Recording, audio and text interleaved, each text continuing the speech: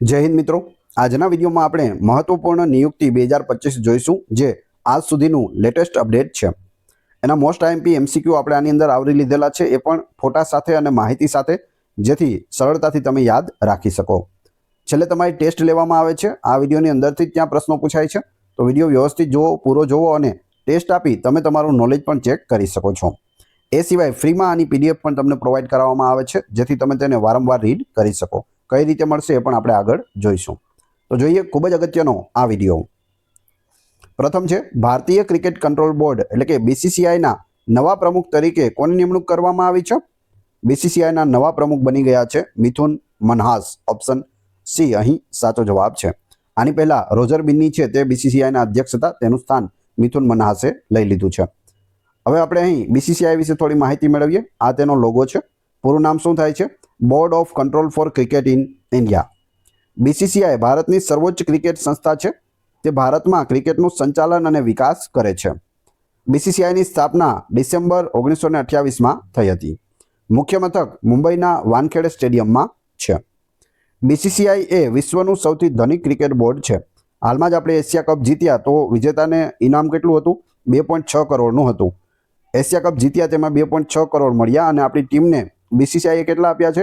21 કરોડ રૂપિયા છે તે ઇનામ સ્વરૂપે બીસીસીઆઈએ આપ્યા છે. તો તમે જોઈ શકો, સૌથી ધનિક ક્રિકેટ બોર્ડ છે તે બીસીસીઆઈ છે. વર્તમાન અધ્યક્ષ મિથુન મનહાસ છે અને વર્તમાન સચિવ દેવજીત સેકિયા છે, જેઓ શ્રીલંકાના છે. ઓક્ટોબર 2025માં ભારતીય રિઝર્વ બેંક એટલે કે આરબીઆઈના નવા ડેપ્યુટી ગવર્નર તરીકે કોની નિમણૂક કરવામાં આવી છે? આરબીઆઈના નવા ડેપ્યુટી ગવર્નર બન્યા છે શિરીષચંદ્ર મુર્મુ. આ છે શિરીષચંદ્ર મુર્મુ. તમે અહીં આરબીઆઈનો લોગો પણ જોઈ શકો. ભારતીય રિઝર્વ બેંક ભારતની કેન્દ્રીય બેંક છે. તેની સ્થાપના 1 એપ્રિલ 1935ના રોજ રિઝર્વ બેંક ઓફ ઇન્ડિયા અધિનિયમ 1934 હેઠળ થઈ હતી. મુખ્ય મથક છે તે મહારાષ્ટ્રના મુંબઈ ખાતે આવેલું છે. આરબીઆઈ ભારતીય રૂપિયાના નિયંત્રણ અને નાણાંના પુરવઠાની જાળવણી કરે છે. આરબીઆઈના વર્તમાન ગવર્નર સંજય મલ્હોત્રા છે. ભારતના 15મા ઉપરાષ્ટ્રપતિ કોણ બન્યા છે? તો હાલમાં જ 15મા ઉપરાષ્ટ્રપતિ સીપી રાધાકૃષ્ણન બની ગયા છે. આ છે સીપી રાધાકૃષ્ણન. જગદીપ ધનકડ જે આપણા ઉપરાષ્ટ્રપતિ હતા, તેઓએ રાજીનામું આપ્યું અને ફરીથી ચૂંટણી કરવામાં આવી, જેમાં મહારાષ્ટ્રના ગવર્નર સીપી રાધાકૃષ્ણન છે તે ભારતીય જનતા પાર્ટીના ઉમેદવાર હતા અને તે જીતી ગયા, એટલે તેઓ ઉપરાષ્ટ્રપતિ બની ગયા છે. હવે મહારાષ્ટ્રમાં રાજ્યપાલની જગ્યા ખાલી થઈ, તો ત્યાંનો વધારાનો ચાર્જ છે તે આપણા ગુજરાતના રાજ્યપાલ આચાર્ય દેવવ્રતને છે તે આપવામાં આવ્યો છે. ઉપરાષ્ટ્રપતિના પદ વિશે આપણે જોઈએ તો દેશનું બીજું સર્વોચ્ચ પદ છે. પ્રથમ રાષ્ટ્રપતિ છે, બીજા પદે ઉપરાષ્ટ્રપતિ આવે છે. તેમની મુખ્ય ભૂમિકા રાજ્યસભાના અધ્યક્ષ તરીકેની હોય છે. રાજ્યસભાના અધ્યક્ષ કોણ હોય? ઉપરાષ્ટ્રપતિ જે હોય તે. તેઓ રાષ્ટ્રપતિની ગેરહાજરીમાં અથવા પદ ખાલી હોય ત્યારે કાર્યકારી રાષ્ટ્રપતિ તરીકે પણ ફરજ બજાવે છે. ઉપરાષ્ટ્રપતિની ચૂંટણી સંસદના બંને ગૃહોના સભ્યોના બનેલા ઇલેક્ટોરલ કોલેજ દ્વારા કરવામાં આવે છે. તેમનો કાર્યકાળ કેટલો હોય છે? 5 વર્ષનો હોય છે. જો તેઓ રાજ્યસભાના અધ્યક્ષ છે, રાજ્યસભા છે તે સંસદનું ઉપલું ગૃહ છે.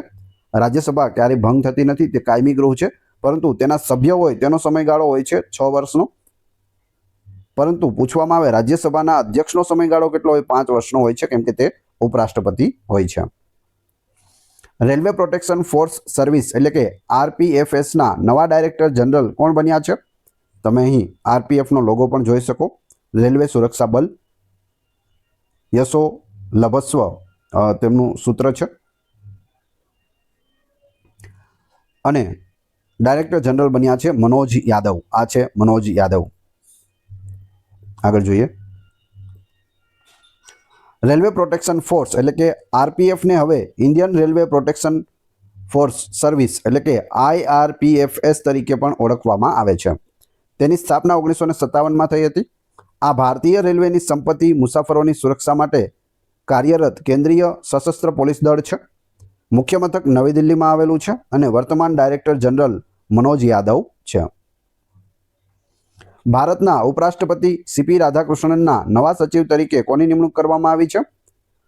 અમિત ખરે છે તે નવા સચિવ બની ગયા છે આપણા નવા ઉપરાષ્ટ્રપતિના.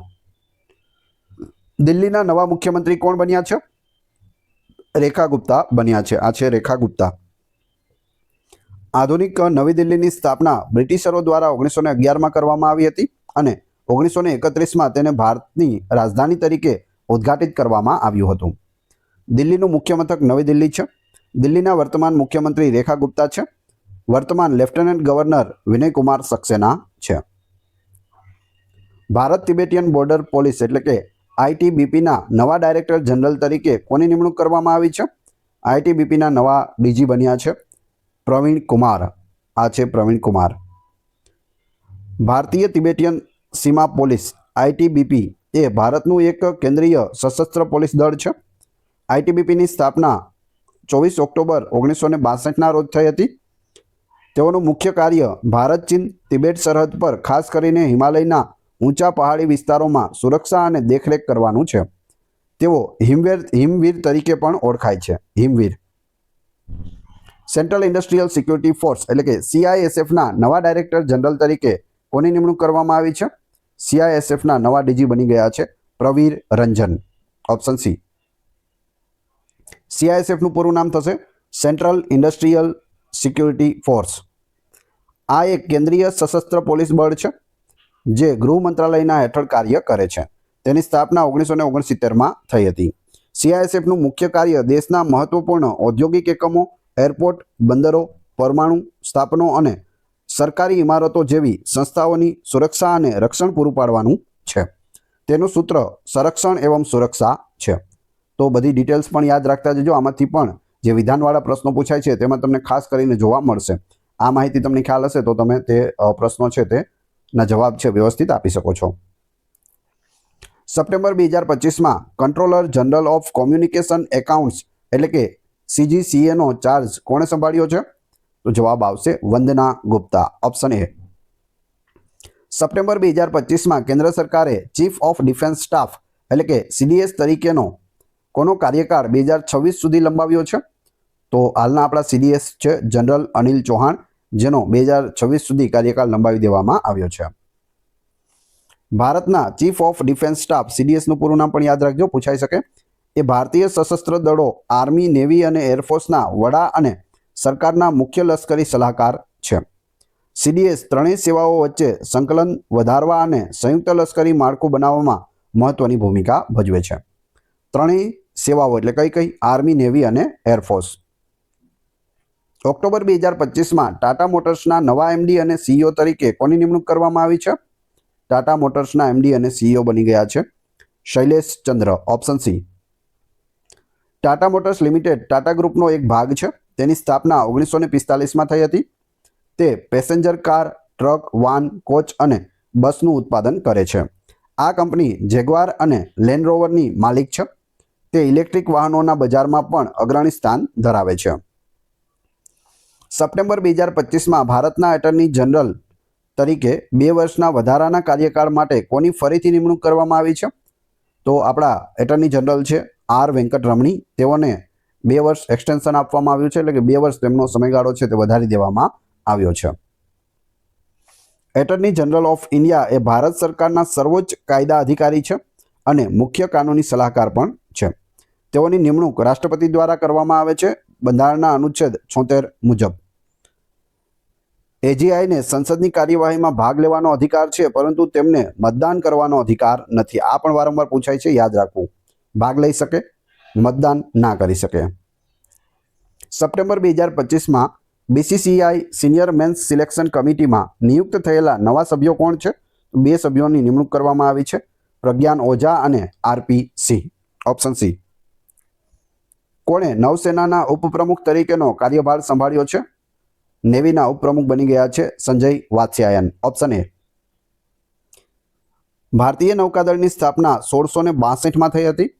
ઉદ્દેશ્ય ભારતના દરિયાકાંઠાની સુરક્ષા કરવાનો અને દરિયાઈ સરહદોનું રક્ષણ કરવાનો છે. મુખ્ય મથક નવી દિલ્હી ખાતે છે. વર્તમાન અધ્યક્ષ એડમિરલ દિનેશ કુમાર ત્રિપાઠી છે. સપ્ટેમ્બર 2025માં નવા ડેપ્યુટી ઇલેક્શન કમિશનર તરીકે કોની નિમણૂક કરવામાં આવી છે? નવા ડેપ્યુટી ઇલેક્શન કમિશનર બન્યા છે પવનકુમાર શર્મા. Option A. ભારતના નવા કંટ્રોલર જનરલ ઓફ એકાઉન્ટ્સ એટલે કે CGA તરીકે કોણે કાર્યભાર સંભાળ્યો છે?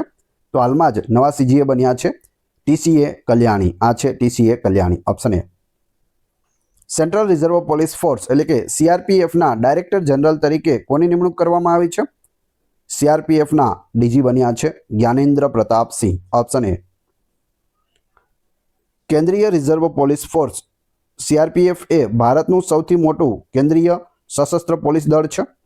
તેની સ્થાપના 27 જુલાઈ 1939ના રોજ ક્રાઉન રિપ્રેઝેન્ટેટિવ પોલીસ તરીકે થઈ હતી અને 28 ડિસેમ્બર 1949ના રોજ સીઆરપીએફ અધિનિયમ લાગુ થયા પછી તેનું નામ બદલીને સીઆરપીએફ છે તે રાખવામાં આવ્યું હતું.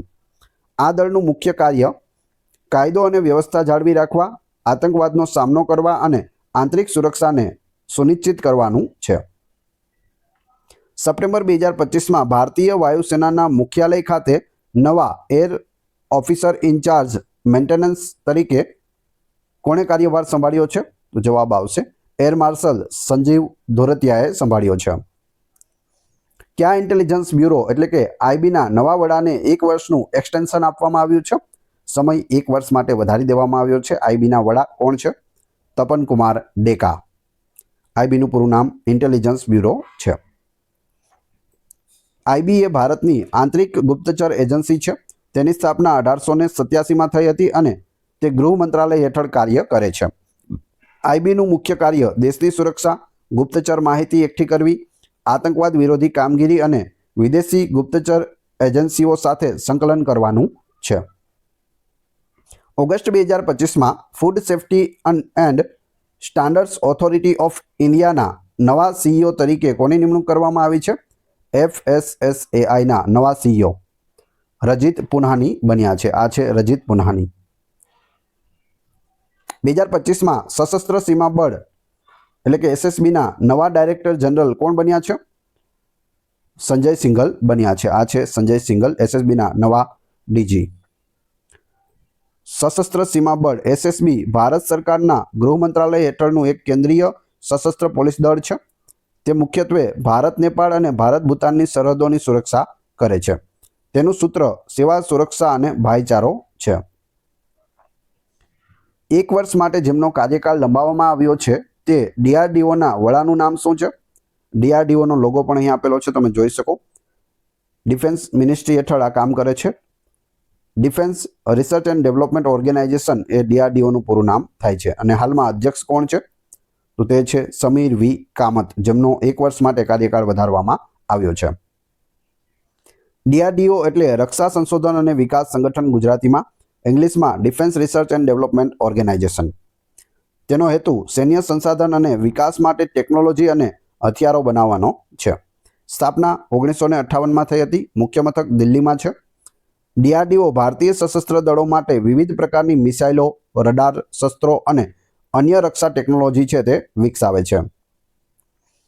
રેલવે પ્રોટેક્શન ફોર્સ આરપીએફના પ્રથમ મહિલા ડાયરેક્ટર જનરલ તરીકે કોની નિમણૂક કરવામાં આવી છે?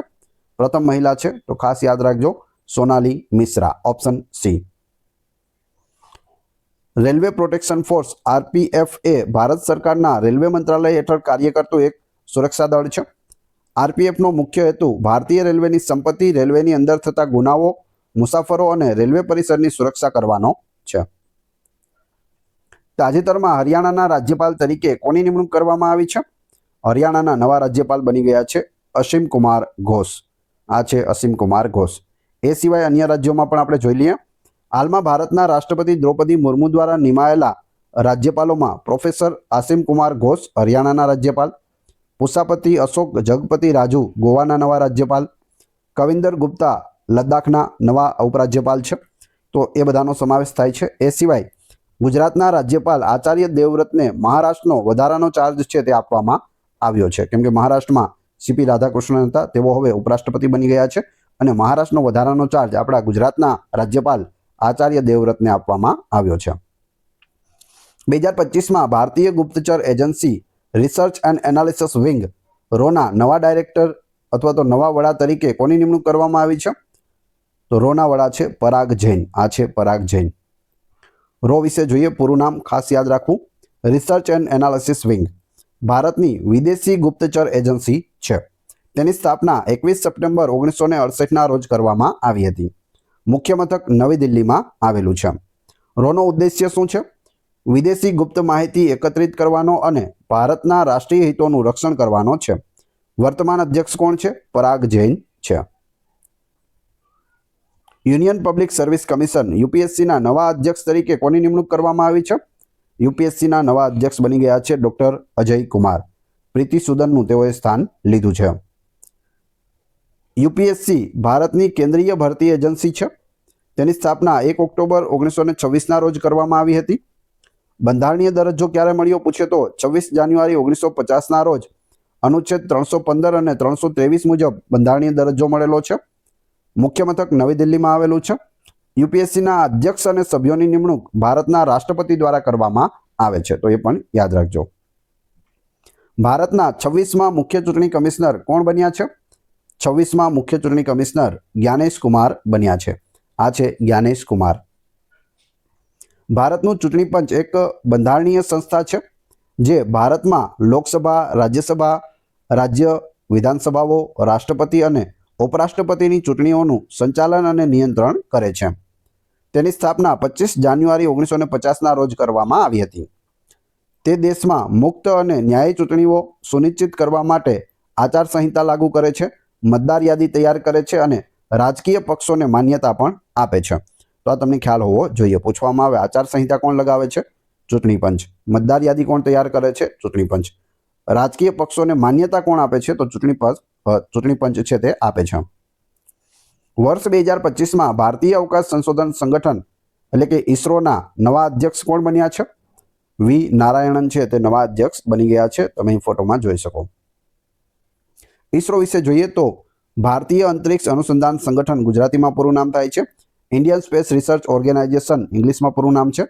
તે ભારતની રાષ્ટ્રીય અંતરિક્ષ એજન્સી છે. તેની સ્થાપના 15 ઓગસ્ટ 1969ના રોજ કરવામાં આવી હતી. મુખ્ય મથક કર્ણાટકના બેંગલુરુ ખાતે આવેલું છે. ઈસરોનો મુખ્ય ઉદ્દેશ્ય રાષ્ટ્રીય વિકાસ માટે અંતરિક્ષ ટેકનોલોજીનો વિકાસ અને તેનો ઉપયોગ કરવાનો છે. વર્તમાન અધ્યક્ષ કોણ છે? ડોક્ટર વી નારાયણન છે.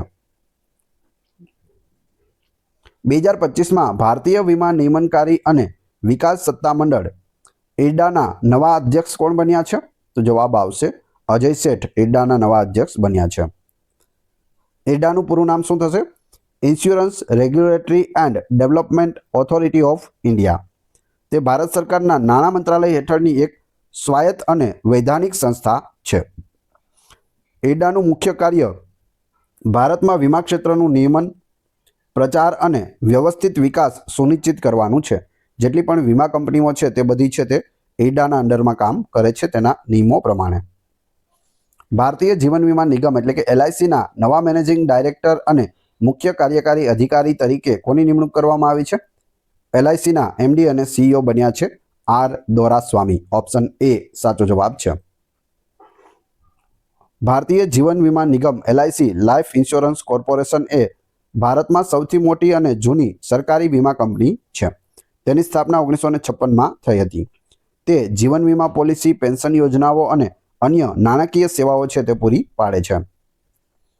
Pension fund regulatory and development ઓથોરિટીના ચેરમેન તરીકે કોની નિમણૂક કરવામાં આવી છે? તો જવાબ આવશે શિવ સુબ્રમણ્યમ રામનની નિમણૂક કરવામાં આવી છે. Pension fund regulatory and development authority ભારતમાં પેન્શન સેક્ટરનું નિયમન કરતી એક વૈધાનિક સંસ્થા છે. તેની સ્થાપના 2013માં કરવામાં આવી છે. તેનું મુખ્ય કાર્ય ભારતમાં પેન્શન યોજનાઓ જેમ કે નેશનલ પેન્શન સિસ્ટમનું નિયમન અને પ્રોત્સાહન કરવાનું છે. ઉદ્દેશ્ય નિવૃત્તિ માટે બચતને પ્રોત્સાહન આપવાનો અને ગ્રાહકોના હિતોનું રક્ષણ કરવાનો છે. ભારતીય રિઝર્વ બેંક એટલે કે આરબીઆઈના 26મા ગવર્નર કોણ બન્યા છે? તો તે બન્યા છે સંજય મલ્હોત્રા. આ છે સંજય મલ્હોત્રા આરબીઆઈના વર્તમાન ગવર્નર. કેટલામાં છે? 26માં છે. Security and exchange board of India એટલે કે સેબીના 11મા અધ્યક્ષ કોણ બન્યા છે? સેબીના 11મા અધ્યક્ષ તુહિન કાંતા પાંડે બન્યા છે. SEBI securities and exchange board of India એનું પૂરું નામ થાય છે, યાદ રાખજો. સ્થાપના 12 એપ્રિલ 1988ના રોજ થઈ હતી. કાયદાકીય સત્તા ક્યારે મળી? 30 જાન્યુઆરી 1992ના રોજ. મુખ્ય મથક મુંબઈમાં આવેલું છે. સેબીનો મુખ્ય ઉદ્દેશ્ય અથવા તો કાર્ય ભારતમાં શેરબજારનું નિયમન કરવું, રોકાણકારોના હિતોનું રક્ષણ કરવું અને બજારના વિકાસને પ્રોત્સાહન આપવાનો છે. જેટલું પણ શેર માર્કેટ છે, શેર બજાર છે, તે બધું જ કોના અંડરમાં આવે છે? સેબીના અંડરમાં આવે છે. 2025માં unique identification authority of India એટલે કે યુડેના CEO કોણ બન્યા છે? ભુવનેશ કુમાર બન્યા છે. આ છે ભુવનેશ કુમાર. યુડેનું પૂરું નામ unique identification authority of India છે. ભારત સરકાર દ્વારા 2016ના આધાર અધિનિયમ હેઠળ 12 જુલાઈ 2016ના રોજ સ્થાપિત એક વૈધાનિક સંસ્થા છે. તેનું મુખ્ય કાર્ય ભારતના રહેવાસીઓને 12 અંકનો અનન્ય ઓળખ નંબર આધાર જારી કરવાનું છે. આધાર કાર્ડના નંબર કેટલા હોય એ પણ પૂછે છે. કેટલા અંકનો નંબર હોય છે? 12 અંકનો. ઉડેનું મુખ્ય મથક નવી દિલ્હીમાં આવેલું છે. વર્તમાન અધ્યક્ષ નીલકંઠ મિશ્રા છે અને તેના મુખ્ય અધિકારી એટલે કે CEO ભુવનેશ કુમાર બન્યા છે. BRICS chamber of commerce and ઇન્ડસ્ટ્રીના પ્રમુખ તરીકે કોની નિમણૂક કરવામાં આવી છે? હરવંશ ચાવલા પ્રમુખ બન્યા છે. Option A. અંદમાન અને નિકોબાર કમાન્ડના કમાન્ડર ઇન ચીફ તરીકે કોણે કાર્યભાર સંભાળ્યો છે? દિનેશસિંહ રાણાએ કાર્યભાર સંભાળ્યો છે. આ છે દિનેશસિંહ રાણા. ઇન્ડિયન બેંક્સ એસોસિએશનના અધ્યક્ષ તરીકે કોની નિમણૂક કરવામાં આવી છે? IBAના અધ્યક્ષ બની ગયા છે ચલ્લા શ્રીનિવાસુલુ શેટ્ટી. આ છે. ભારતના નવા કંટ્રોલર અને ઓડિટર જનરલ એટલે કે CAG કોણ બન્યા છે? નવા કેગ બન્યા છે કે સંજય મૂર્તિ. Option A. CAGનું પૂરું નામ controller and auditor general of India થાય છે. ઘણી વખત પૂછાયેલું છે, યાદ રાખજો. ભારતના નિયંત્રક અને મહાલેખા પરીક્ષક પૂછવામાં આવે વર્તમાન ભારતના નિયંત્રક અને મહાલેખા પરીક્ષક કોણ છે? તો તમને ખ્યાલ આવી જવો જોઈએ કે આ કેગ વિશે વાત કરે છે અથવા તો CAG વિશે વાત કરી રહ્યા છે. તે ભારતીય બંધારણની કલમ 148 હેઠળ સ્થાપિત એક સ્વતંત્ર બંધારણીય સંસ્થા છે. તેનું મુખ્ય કાર્ય કેન્દ્ર અને રાજ્ય સરકારો તેમજ સરકારી કંપનીઓના તમામ આવક અને ખર્ચાઓનું ઓડિટ કરવાનું છે. મિત્રો, વિડીયો પસંદ આવી રહ્યો હોય તો લાઇક અવશ્ય કરી દેજો અને ચેનલ ઉપર નવા હોય તો ચેનલને સબસ્ક્રાઇબ કરવાનું ના ભૂલશો, જેથી રોજે રોજ તમને સારા અને નવા વિડીયો મળતા રહે. નેક્સ્ટ, કેન્દ્ર સરકાર દ્વારા રાષ્ટ્રીય મહિલા આયોગના 9મા અધ્યક્ષ તરીકે કોની નિમણૂક કરવામાં આવી છે? રાષ્ટ્રીય મહિલા આયોગના 9મા અધ્યક્ષ વિદ્યા કિશોર રહાટકર બન્યા છે. રાષ્ટ્રીય મહિલા આયોગ ભારતમાં મહિલાઓના હિતોનું રક્ષણ કરવા માટેની એક વૈધાનિક સંસ્થા છે. તેની સ્થાપના 1992માં થઈ હતી. મુખ્ય મથક નવી દિલ્હીમાં આવેલું છે. વર્તમાન અધ્યક્ષ કોણ છે? શ્રીમતી વિદ્યા કિશોર રહાટકર. રાષ્ટ્રીય માનવ અધિકાર આયોગના નવા અધ્યક્ષ કોણ બન્યા છે? તો જવાબ આવશે V. રામાસુબ્રમણ્યમ નવા અધ્યક્ષ બન્યા છે રાષ્ટ્રીય માનવ અધિકાર આયોગના અધ્યક્ષ. રાષ્ટ્રીય માનવ અધિકાર આયોગની સ્થાપના 12 ઓક્ટોબર 1993ના રોજ માનવ અધિકાર સંરક્ષણ અધિનિયમ 1993 હેઠળ કરવામાં આવી હતી. મુખ્ય મથક નવી દિલ્હીમાં છે. તેનો હેતુ ભારતમાં માનવ અધિકારોનું રક્ષણ અને પ્રોત્સાહન આપવાનો છે. અધ્યક્ષ કોણ હોય છે? તો સુપ્રીમ કોર્ટના ભૂતપૂર્વ ન્યાયાધીશ હોય છે. વર્તમાન અધ્યક્ષ જસ્ટિસ V. રામાસુબ્રમણ્યમ છે. ભારતીય સેનાના deputy chief of army staff તરીકે કોની નિમણૂક કરવામાં આવી છે? રાજીવ ઘઈની નિમણૂક કરવામાં આવી છે deputy chief of army staff. ભારતના 52મા મુખ્ય ન્યાયાધીશ કોણ બન્યા છે? 52મા મુખ્ય ન્યાયાધીશ બની ગયા છે justice BR Gavai. Option B. Supreme court વિશે વાત કરીએ તો ભારતની સર્વોચ્ચ અદાલત એ દેશની સર્વોચ્ચ ન્યાયિક સંસ્થા છે અને ભારતીય બંધારણની અંતિમ વ્યાખ્યાકાર છે. તેની સ્થાપના 26 જાન્યુઆરી 1950ના રોજ થઈ હતી. તે મૂળભૂત અધિકારોના રક્ષક તરીકે કાર્ય કરે છે. એ સિવાય બંધારણના રક્ષક પણ તેઓ છે. તે અપીલની સર્વોચ્ચ અદાલત છે, છેલ્લી અદાલત કે જ્યાં અપીલ કરી શકો. એના ફેસલા ઉપર ક્યાંય તમે અપીલ કરી શકતા નથી. અને તેને બંધારણીય કેસો, રાજ્યો વચ્ચેના વિવાદો અને હાઈકોર્ટના નિર્ણયો સામેની અપીલો સાંભળવાની સત્તા રહેલી છે. હવે તમારી ટેસ્ટ, જે આપણે વિડીયો જોયો તેમાંથી તમને અહીં પ્રશ્નો પૂછવામાં આવે છે, જેનો જવાબ તમારે ક્રમશઃ કમેન્ટ બોક્સમાં આપવાનો છે. એ પછી આની PDF કઈ રીતે મળશે તે પણ આપણે જોઈશું. વિડીયો પસંદ આવી રહ્યો હોય તો લાઇક, કોમેન્ટ, શેર અને સબસ્ક્રાઇબ કરવાનું ના ભૂલશો.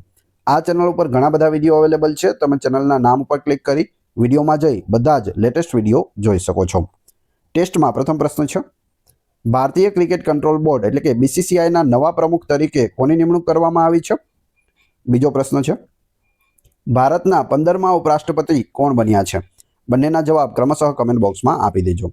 વાત કરીએ PDFની તો આ વિડીયોની ફ્રી PDF તમને ટેલિગ્રામ અને વોટ્સઅપ ગ્રુપમાં મળશે. એની લિંક ડિસ્ક્રિપ્શનમાં આપેલી છે, ત્યાં તમે જોડાઈ જશો તો ત્યાં તમને ડેઇલી અપડેટ પણ આપવામાં આવશે અને રોજે રોજ નવી નવી PDF મળતી રહેશે.